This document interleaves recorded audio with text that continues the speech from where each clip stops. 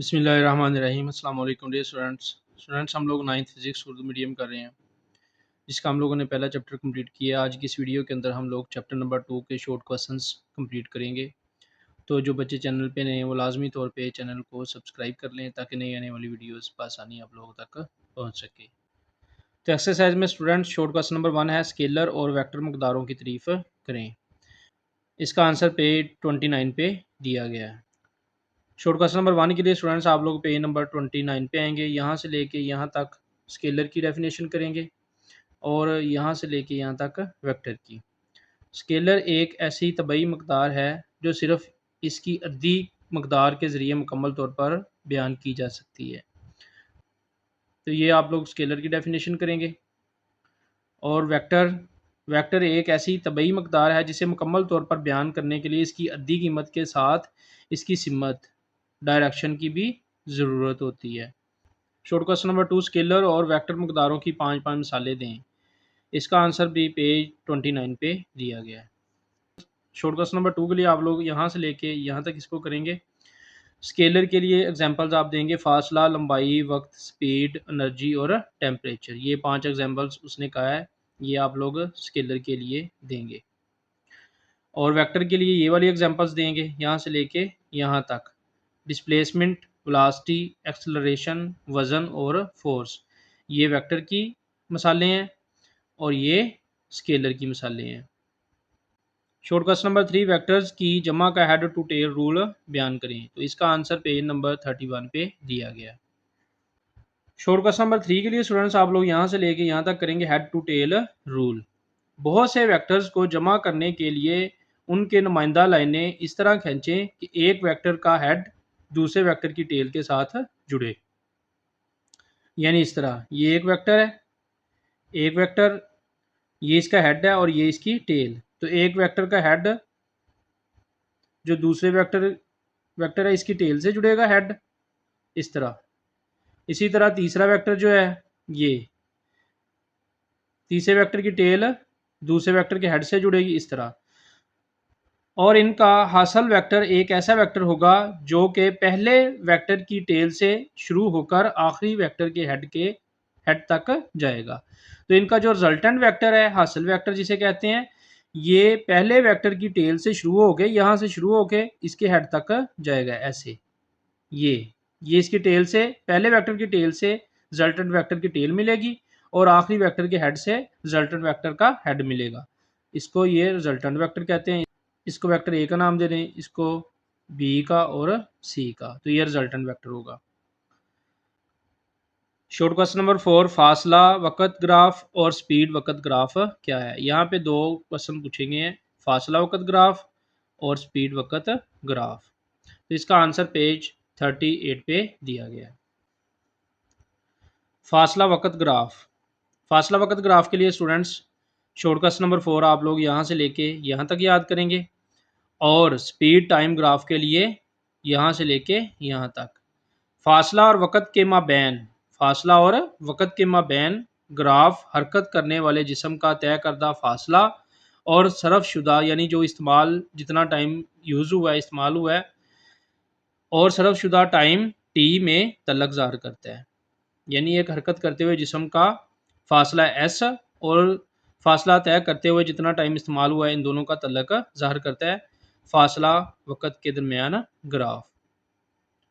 इसी तरह speed time graph के लिए आप लोग यहाँ से लेके यहाँ तक ये लिखेंगे, वो ग्राफ जो हरकत करते हुए जिस्म की स्पीड v और टाइम t के दरमियान तल्लक ज़ाहिर करे, इसे स्पीड टाइम ग्राफ कहते हैं।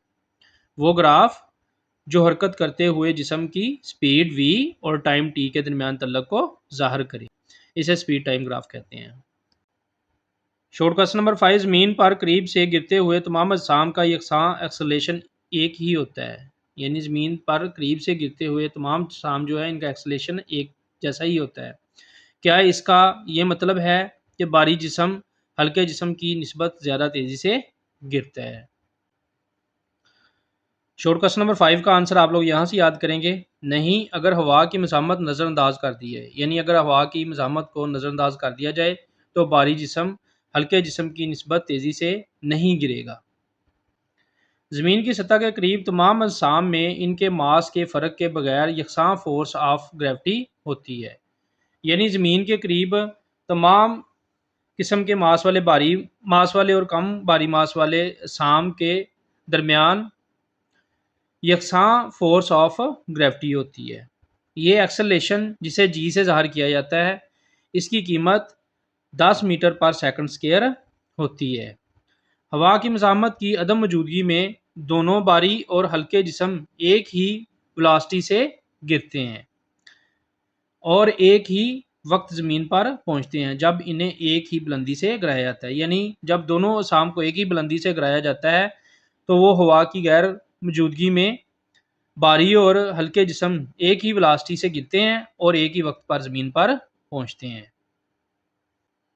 शॉर्ट क्वेश्चन नंबर 6, वेक्टर मकदार बाज़ औक़ात स्केलर अंदाज में लिख दी जाती है, यानी जली हरूफ में नहीं, फिर इसकी सिमत कैसे ज़ाहिर की जाती है?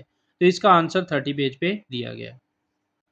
शॉर्ट क्वेश्चन नंबर 6 के लिए स्टूडेंट्स आप लोग पेज नंबर 30 से यहाँ से लेके यहाँ तक इसका आंसर याद करेंगे। अगर कोई जिस्म सीधी लाइन में हरकत कर रहा हो तो सिमत तब्दील नहीं होती, तब तमाम वेक्टर्स की स्केलर्स की तरह वजाहत की जा सकती है। यानी अगर कोई जिस्म सीधी लाइन में हरकत कर रहा है तो इसकी सिमत तो तब्दील नहीं होगी, वो एक ही सिमत में हरकत करता रहेगा। तो ऐसी सूरत में तमाम वेक्टर्स को स्केलर्स की तरह लिखा जा सकता है। शॉर्ट क्वेश्चन नंबर 7, एक जिस्म यकसां स्पीड से हरकत कर रहा है, क्या इसकी वेलोसिटी भी यकसां होगी? वजह बताएं। शॉर्ट क्वेश्चन नंबर 7 के लिए स्टूडेंट्स आप लोग यहाँ से आंसर याद करेंगे इसका। जब एक जिस्म यकसां स्पीड से हरकत कर रहा हो तो वेलोसिटी यकसां भी हो सकती है और नहीं भी हो सकती। इसकी वजाहत है, जब एक जिस्म सीधी लाइन में यकसां स्पीड से एक ही सिमत में हरकत कर रहा हो तो इसकी वेलोसिटी यकसां होगी। यानी एक ही लाइन में सीधी लाइन में यकसां वेलोसिटी के साथ जिस्म हरकत कर रहा है तो इसकी वेलोसिटी यकसां होगी, क्योंकि सिमत तब्दील नहीं हो रही। अगर जिस्म यकसां वेलोसिटी से एक ही बेतरतीब रास्ते पर हरकत कर रहा हो तो हर नुक्ता पर इसकी सिमत तब्दील होती रहती है। चूँकि वेलोसिटी मकदार और सिमत के ताबे है, चूँकि वेलोसिटी जो है ये मकदार यानी स्पीड और सिमत दोनों के ताबे है, इसलिए सिमत की तब्दीली की वजह से स्पीड यकसां नहीं होती, बेशक स्पीड यकसां ही क्यों ना हो। शॉर्ट क्वेश्चन नंबर 8, क्या किसी जिस्म का एक्सेलरेशन होगा जबकि वो हरकत कर रहा हो यकसां वेलोसिटी के साथ, यकसां स्पीड के साथ? शॉर्ट क्वेश्चन नंबर 8 इसका अगला पार्ट है, एक जिस्म जो यकसां वेलोसिटी के साथ हरकत कर रहा हो इसका एक्सेलरेशन 0 होगा। इसकी वजह यह है कि वेलोसिटी की मकदार और वेक्टर की सिमत यकसां है। और इसका बे पार्ट, अगर जिस्म यकसां वेलोसिटी से दायरे में हरकत कर रहा हो तो इस जिस्म में एक्सेलरेशन होता है, यानी इसका एक्सेलरेशन यहाँ पे 0 नहीं होता बल्कि इसके अंदर एक्सेलरेशन होता है। ताहम अगर जिस्म सीधी लाइन में यकसां वेलोसिटी के साथ हरकत कर रहा हो तो जिस्म में एक्सेलरेशन नहीं होता, तब इसका एक्सेलरेशन 0 होता है। इसकी वजह यह है कि एक्सेलरेशन वेलोसिटी में तब्दीली की नुमाइश है, एक्सेलरेशन वेलोसिटी में तब्दीली की नुमाइश है और वेलोसिटी सिमत के साथ स्पीड होती है। तो ये थे स्टूडेंट्स हमारे चैप्टर नंबर 2 के शॉर्ट क्वेश्चंस जो हमने कंप्लीट किए। इंशाल्लाह आने वाली वीडियो के अंदर हम लोग चैप्टर नंबर 3 के शॉर्ट क्वेश्चंस कंप्लीट करेंगे। तो जो बच्चे चैनल पे नहीं हैं वो लाजमी तौर पे चैनल को सब्सक्राइब कर लें ताकि नई आने वाली वीडियोस बआसानी आप लोगों तक पहुँच सकें। वीडियो वॉच करने का बहुत शुक्रिया। अस्सलाम वालेकुम।